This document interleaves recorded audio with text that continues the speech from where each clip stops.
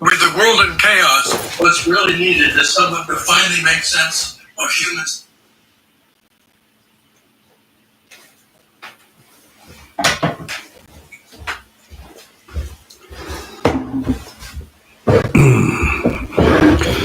Good evening. Little introduction to these stories tonight. They're two stories from a collection written by R.H. Benson and published, I think, in 1906 or 1907.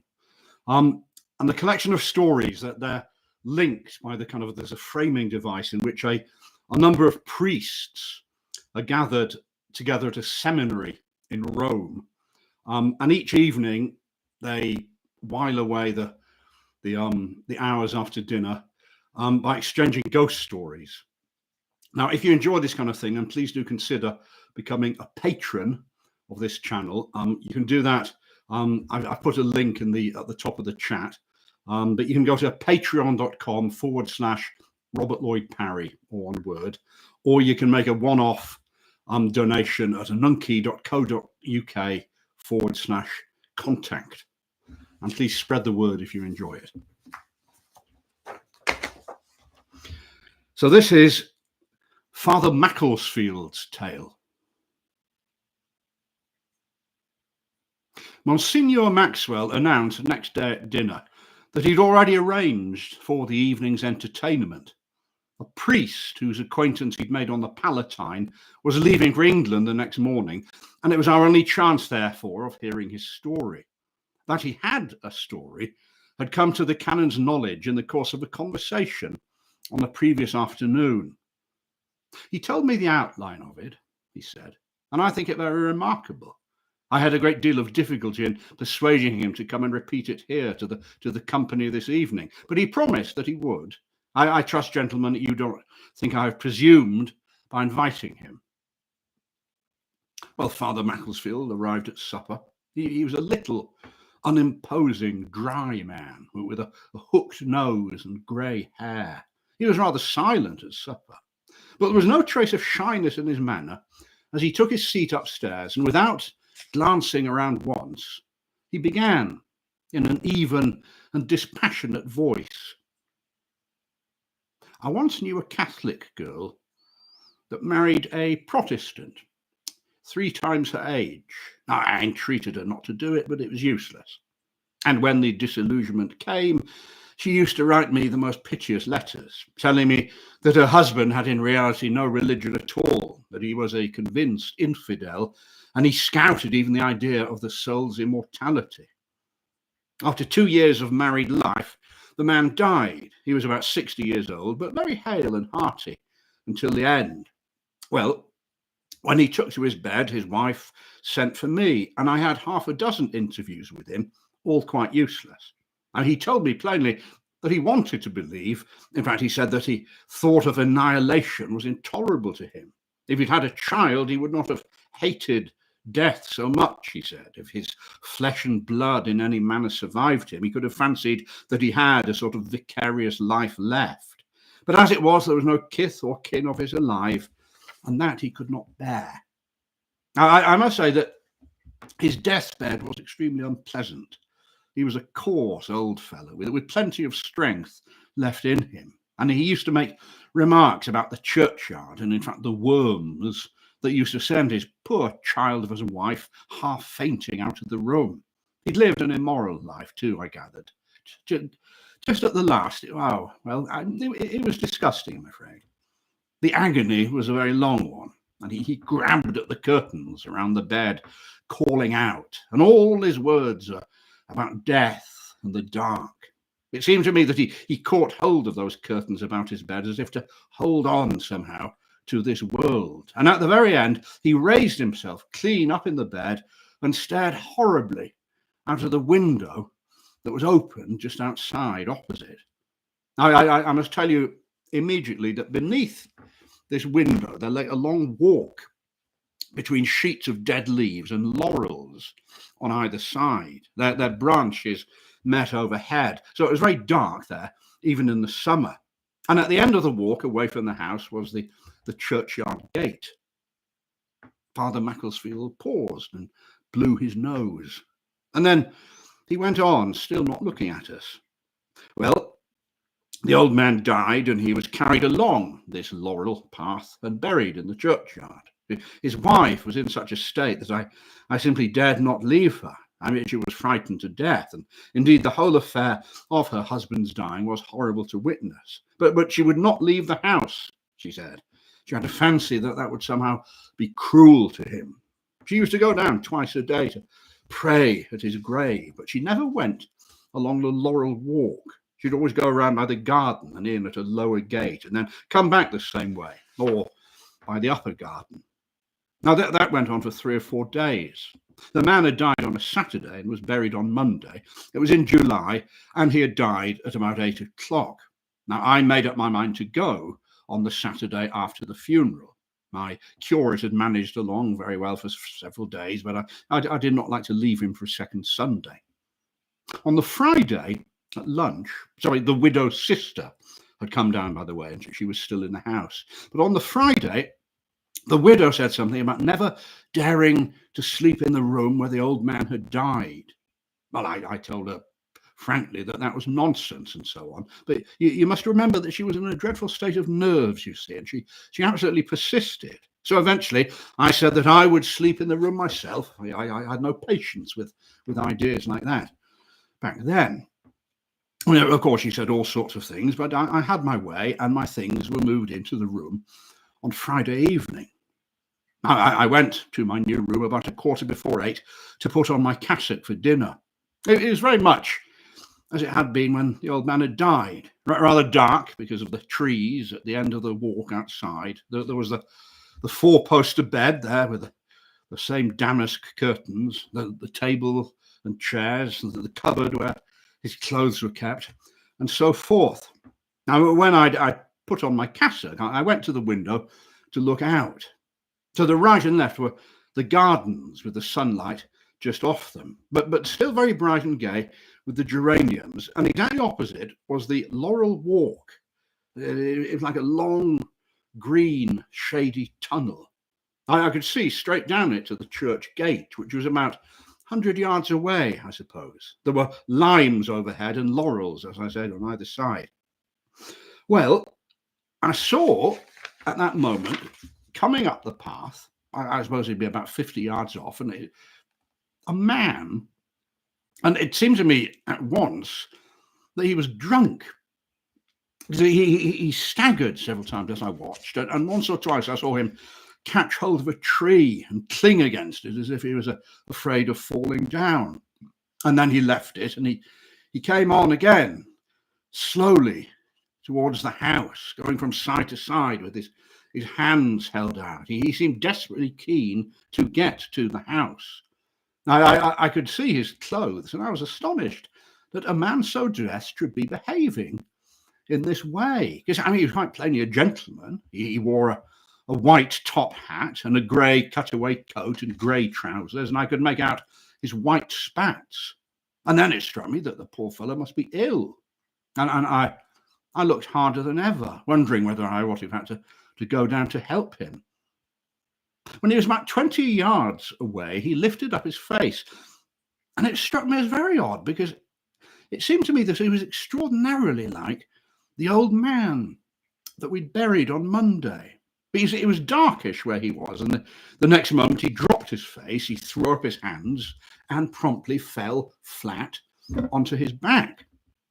But I was startled, and I leaned out of the window, and I called something out to him. I mean, he was moving his hands. I could see that, as if he were in some kind of a convulsion. And I could hear the dry leaves rustling. And so I turned round and I ran out downstairs. Gentlemen, when I got there was not a sign of anyone. I mean, I could see that the leaves had been disturbed where I'd seen him fall, but that was it. Of course, I didn't say a word of what I had seen to anybody else. We dined that night as usual. I smoked for an hour or so myself after prayers, and then I went up to bed. I can't say that I was perfectly comfortable, because I was not, but I wasn't frightened. When I got to my room, I lit all my candles, and then I went to a big cupboard that I'd noticed and pulled out some of the drawers. In the bottom of the third drawer, I found a grey cutaway coat and some grey trousers. I found several pairs of white spats in the top drawer, and I found a white hat on the shelf above. That is the first incident. And did you sleep there that night, Father? Asked the Monsignor. I did, said the priest. I mean, there's no reason why I should not. I did not fall asleep for 2 or 3 hours, but I was not disturbed in any way, and I came down to breakfast as usual. Well, I thought about it all for a bit, and finally I sent a wire to my curate telling him that I was still detained. I did not like to leave the house just at that time. On Sunday, we drove over to the Catholic church 6 miles off, and I said Mass, and nothing more happened until Monday evening. That evening, I went to the window again at about 7:45, as I had done both on the Sunday and the Saturday. Everything was perfectly quiet until I heard the churchyard gate unlock, and I saw a man coming through. Now, I saw almost at once that this was not the same man as I'd seen before. In fact, it looked to me like a keeper, because he had a gun across his arm. And then I saw him hold the gate open an instant, and a dog came running through and began to trot up the path towards the house with his master following. When the dog was about 50 yards away, he stopped dead and pointed. I saw the keeper throw his gun forward and come up softly, and as he came up, the dog began to slink backwards. I watched this very carefully, clean forgetting where I was, and the next instant, something, I mean, it was too shadowy under the trees to see exactly what it was, but something about the size of a hare burst out of the laurels and made straight up the path, dodging from side to side, but coming on like the wind. Now, the beast could not have been more than 20 yards from me when the keeper fired his gun, and the creature went over and over in the dry leaves and lay struggling and screaming. It was horrible, gentlemen. But what astonished me was that the dog did not come up to it. I mean, I heard the keeper snap an order to him, and then I saw the dog making off down the avenue in the direction of the churchyard as fast as he could possibly go. The keeper was now running towards me, and the screaming of the hare, or whatever it was, had at last stopped. And I was astonished to see the man come right up to where the beast was still struggling and kicking, and then just stop and look around him as if he was puzzled. Well, I leaned out of the window and I called to him, "It's right in front of you, man! For God's sake, kill the brute!" He looked up at me and then down again. "Where is it, sir? I can't see it nowhere." there this beast lay clear before him all the while, not a yard away, kicking in its final agony. Well, I went out of the room and downstairs and out onto the avenue. The man was still standing there, looking terribly puzzled, but the hare had gone. I mean, there was not a sign of it, only the leaves which were disturbed and the wet earth showing underneath. The keeper said that it had been a great hare, he could have sworn it, and that he had orders to kill all the hares and the rabbits in the garden enclosure. And then he looked at me rather oddly. "Did you see it plainly, sir?" he asked. "Well, not very plainly," I said, "but I thought that it was a hare as well." "Yes, sir," he said. "Oh, no, it was a hare, sure enough. But you know, sir, I thought it to be kind of a silver grey with white feet. I never saw one like that before." Now, the odd thing was that not any dog would come near. I mean, his own dog, of course, was gone, but I fetched the yard dog, which is a retriever, out of his kennel in the kitchen yard, and if ever I saw an animal frightened, it was that dog there. When we dragged him up at last, all whining and pulling back, he began to snap at us so fiercely that we let him go, and we went back. Well, he went back like the wind to his kennel, and it was the same with the terrier. Well, the bell had gone, and I had to now go in and explain why I was late, but I didn't say anything about the colour of the hare.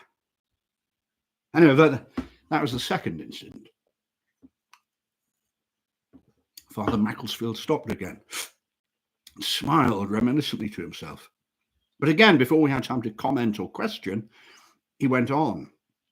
The third incident was so slight that I'd not have mentioned it or anything of it if it had not been for those others. But it seemed to me, you see, that there was a sort of diminishing gradation of energy which explained, well, you shall hear now. On the other night of that week, I was at my window again, but nothing happened until Friday. I'd arranged to go for certain the following day. The widow was much better and more reasonable. In fact, she even talked of going abroad herself in the following week. On that Friday evening, I dressed a little earlier, and I went down the avenue this time myself instead of staying at my window at about 20 minutes to 8. It was rather a heavy, depressing evening without a breath of wind, and it was darker than it had been for some days. I walked slowly down the avenue to the gate and back, and I suppose it was fancy, but I felt more uncomfortable than I'd felt at all up until that point. I was rather relieved to see the widow come out of the house and stand looking down the avenue towards me. I came out myself at that point and went towards her. She started rather when she saw me, but then she smiled. "Oh, I thought you were someone else, Father," she said. "Father, I've made up my mind. I am going to leave. I shall go to town tomorrow and start on Monday. My sister will come with me." I congratulated her, and then we turned and began to walk back to the Lime Avenue. She stopped at the entrance of this and seemed unwilling to come any further. "Come down to the end, child," I said, "and back again. There'll be time before dinner." She said nothing, and she came with me, and we went straight down to the gate and then turned to come back. I don't think either of us spoke a word during that time, and I was very uncomfortable indeed by now, but I had to go on. We were halfway back, I suppose, when I heard a sound like a gate rattling, and I whisked round in an instant, expecting to see somebody at the gate of the churchyard. But there was nobody there. And then there came a rustling overhead in the leaves. It had been, as I said, dead still before. And then, and I don't know why, but I took the young lady suddenly by the arm and drew her to one side out of the path, so that we stood on the right hand, not a foot from the laurels. She said nothing, and I said nothing, but we were both looking this way and that, as we expected both to see something. The breeze died and then sprang up again, but it was only a breath. I could hear the living leaves rustling overhead and the dead leaves underfoot, and it was blowing gently from the churchyard. And then I saw a thing that one often sees, but I couldn't take my eyes off it, and nor could the widow. It was a little column of leaves, twisting and turning, and dropping and picking up again in the wind, coming slowly along the path. It was a capricious sort of a draught, because the little scurry of leaves went this way and that, to and fro, across the path.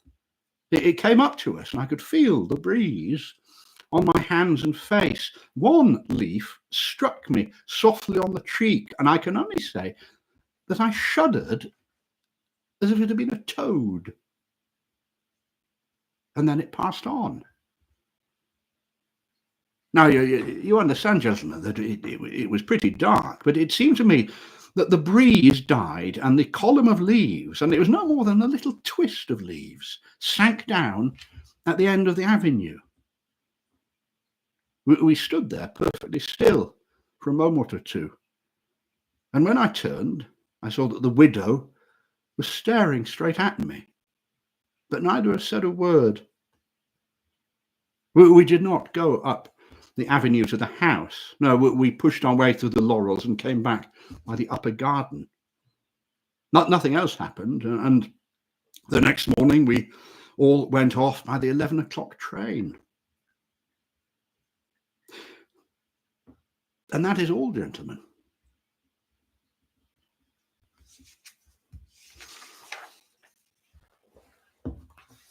And indeed, that is all of Father Macclesfield's tale. The second one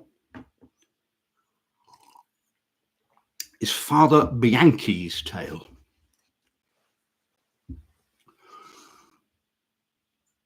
Father Bianchi, as the days went on, seemed a little less dogmatic on the theory that miracles, except of course those of the saints, did not happen. He was warned by Monsignor Maxwell that his turn was approaching to contribute a story. And suddenly at supper, he announced that he would prefer to get it over with that evening. And I have nothing to tell, he said, expostulating with hands and shoulders. Nothing to tell but the nonsense of an old peasant woman. Oh, when we had taken our places upstairs and the Italian had apologized and remonstrated with raised eyebrows, he began at last, and I noticed that he was speaking now with a seriousness that I'd not noticed in him before.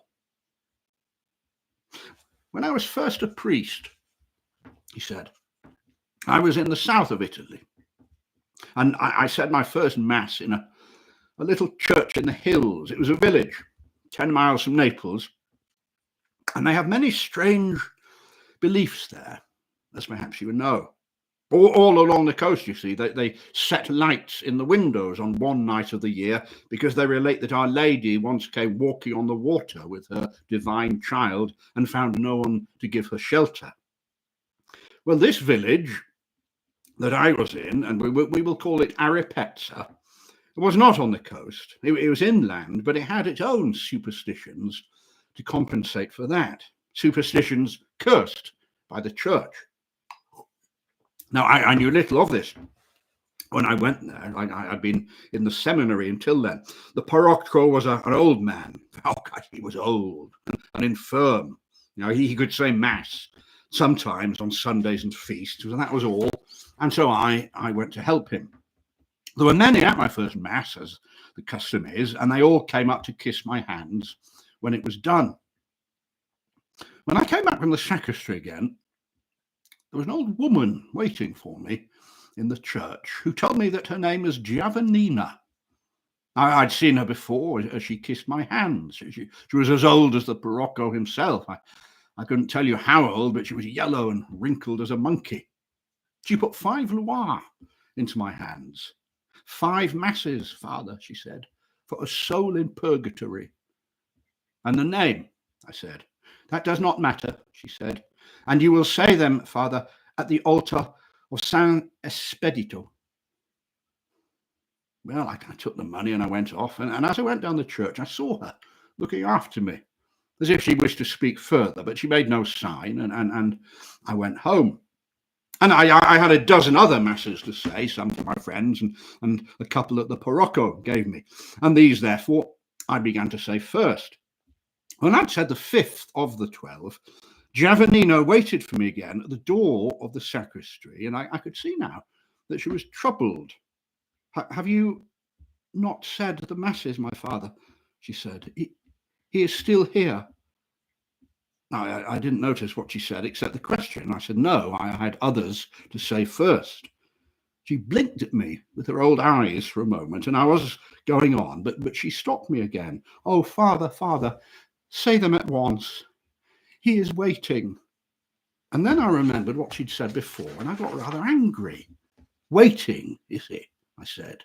Well, so are thousands of other poor souls. Oh, she said, but he is so patient, father. He has waited for so long.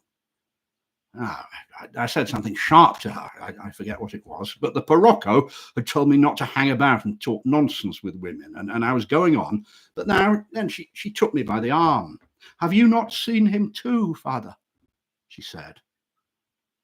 I looked at her now, thinking that she was mad. She held on to my arm and blinked up at me, and she seemed, in fact, to be in her senses.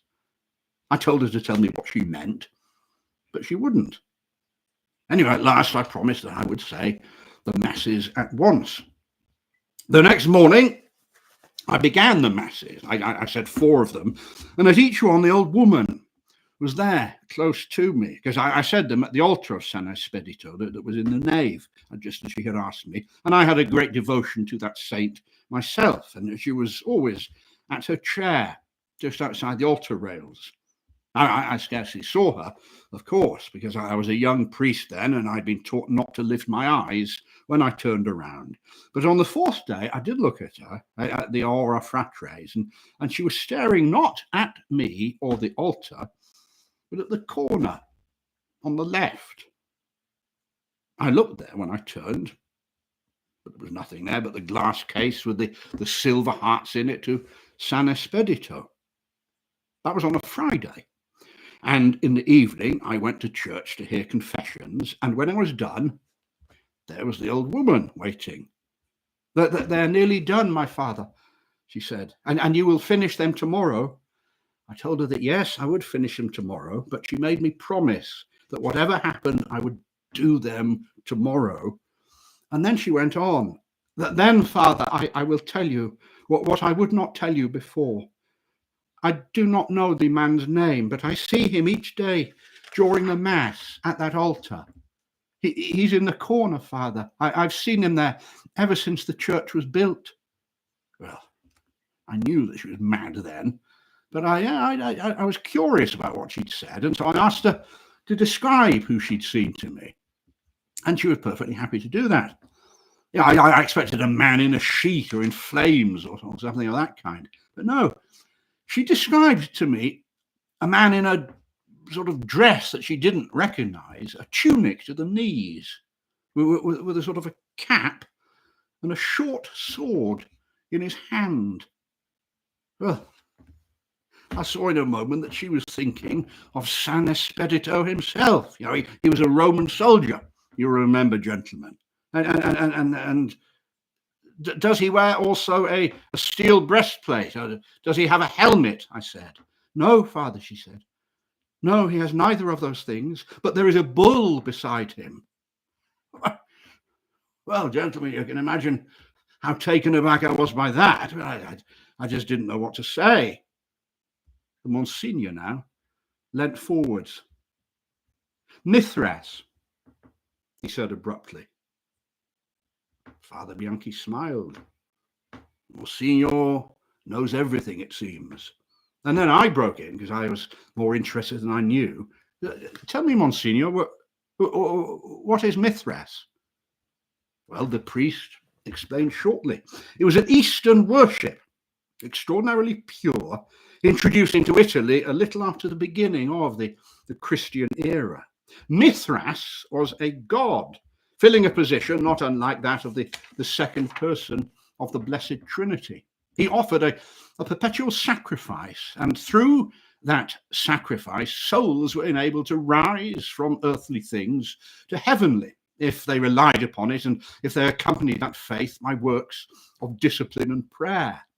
But I beg your pardon, Father Bianchi, said the Monsignor. Father Bianchi smiled again. Oh, thank you, Monsignor.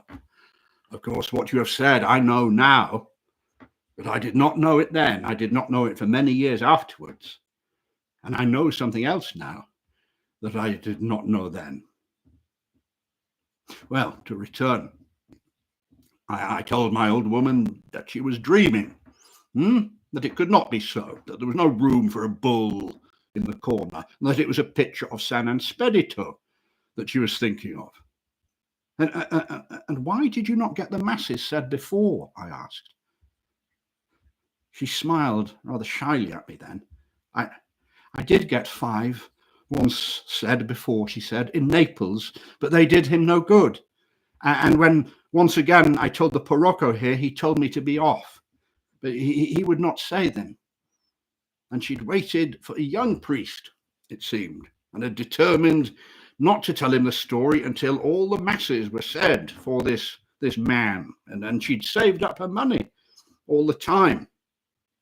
Well, I went home and I got to talking to the Parocco and I led him on so that he thought that he had introduced the subject himself. And presently he told me that when the foundation of the church had been laid 40 years before, they found an old cave in the hill with heathen things in it. Now, he knew no more than that about it, but he told me to fetch a bit of pottery from his cupboard, and he showed it to me, and you could just make out on this pottery there was the tail of a bull and an eagle. Monsieur Maxwell leaned forward again. Just so, he said, and the bull was lying down. Father Bianchi nodded. He was silent. We looked at him in expectation, because that seemed like such a tame ending. And then Father Brent put our thoughts into words.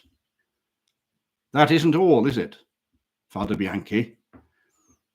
Father Bianchi looked at him sharply, and then around at all of us, but he still said nothing.